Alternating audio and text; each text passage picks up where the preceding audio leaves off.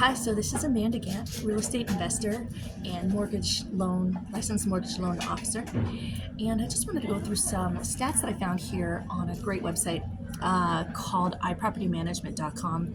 It's talking about statistics between homeowners versus renters. And a lot of the statistics are really showing the benefits of owning a home versus renting a home.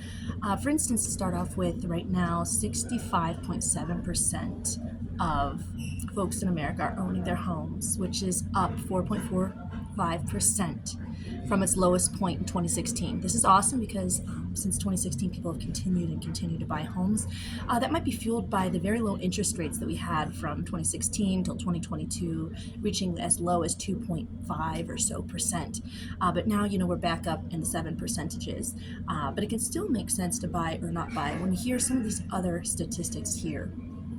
For instance, looking at the amount of income that people spend on either their rent or on their mortgages, we could see that the debt to income ratio, which is how much they're spending on their housing, for folks who own their homes is 12.5%, which means they only spend 12.5% of their before tax take home pay on their mortgage and related expenses to housing.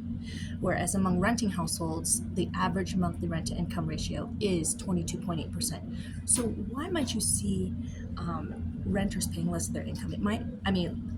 Homeowners paying less of their income. You might say it's because homeowners are more wealthy, and that would probably be correct, as homeowners tend to be more wealthy than renters. But I want you to consider another story of something that we see. How often you're around your neighborhood or any neighborhood that you've lived in, and you see the old person with a beautiful home, and you say, well, they've owned that forever. They've got it paid off and everything's easy for them. That's true. And that person can be you, which is a great source of freedom and security that you can have in your older years, even before you pay your mortgage off.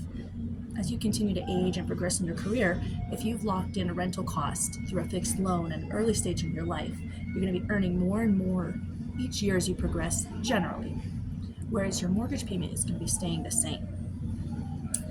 Additionally, your mortgage payment will stay the same, and in general, rents tend to go up from year to year to year. They just keep going up and up and up. So you're going to lock in your payments very early on. I want to look at some of these other statistics that we see here, which one of them is that folks who rent are 187% more likely to be behind in their payments than folks who have a mortgage. And obviously that would be explained because probably people who have mortgages are more wealthy, therefore more able to pay their housing. But also, would you become behind on your housing if at that point the bank could take away your housing, something you've worked so long for? You wouldn't. You would really prioritize that payment over anything else. And that is also what is leading to folks being able to create more wealth, is that every month they really need to make that payment, no breaks at all, in order to maintain that asset. And that asset is something that's going up in value generally, year over year. Perhaps not from year to year, but if you start to look at it from a longer term period, there's almost no market that if you look at a house from year 1 to year 30 that has gone down in value. So this can be a great way for you to build equity every year by paying off your mortgage steadily.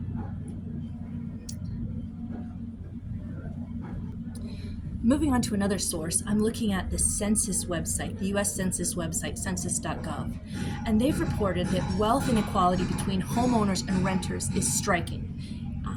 Homeowners' median net worth is 80 times larger than the renter's median net worth. So that means that if you're the average person and you own a home, your net worth is 80 times larger than someone who rents. So the earlier that you can become a part of that homeowner section of the population, the sooner you're going to start building that wealth. And you might be afraid of saying, why do I want to sign up to buy? You might say to yourself, but I feel afraid to sign up and buy a house. What if I want to move somewhere else? What if my situation changes? Well, that's the great thing when you can plan ahead on how much your house is.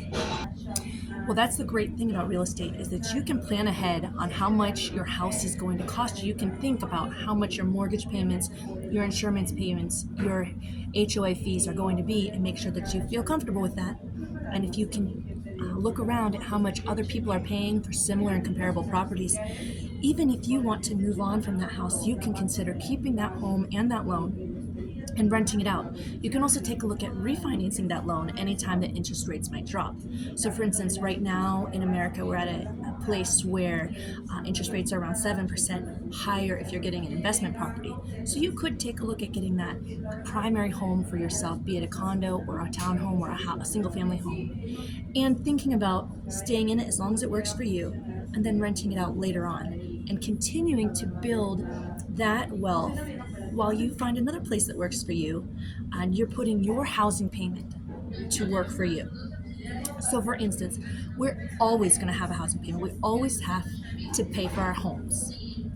Where that source of income comes from is different for every single person, but we all have to pay something for our homes, or we've already paid for it and we're paying for maintenance. A really great thing about owning your own property is that your rental payment, part of that is going to go towards building you equity every month by paying off your mortgage, as well as giving you a chance to participate in any upside if your property goes up in value. Now, your property also might go down in value, but again, if you're planning to hold on to this property for 10, 20, 30 years, the value is generally going to go up. So it's going to work in your favor. Um, another thing Another way that you can further take advantage of real estate is by having someone else pay your mortgage as well. So hopefully you'll be able to cash flow positive, make more from the rents than what your mortgage payment and all other expenses are, generally taxes, insurance, and maintenance fees. So if your rents can cover all that and you cash flow, that's amazing. But you're also continuing to build that equity by paying down the property every month. But now this time it's not coming from your pocket, it's coming from someone else's pocket. So this is how real estate over the long term can build your wealth. You don't have to own 100 units, you don't have to own 10 units. If you can get in on this, get your unit, the one that you think is going to be great for you and that you could maybe see renting out a couple years from now when you move on, then you get another unit where you think the same thing. You could design your life with real estate the way you want to. Maybe it's having 3 properties total, and that's all you need. In order to do that and build that vision, we have a discussion group, and we would love to invite you to it. And you can also schedule a consultative call with me, and we can see how mortgage lending can help you leverage the cash that you have saved now in order to get you into the real estate market.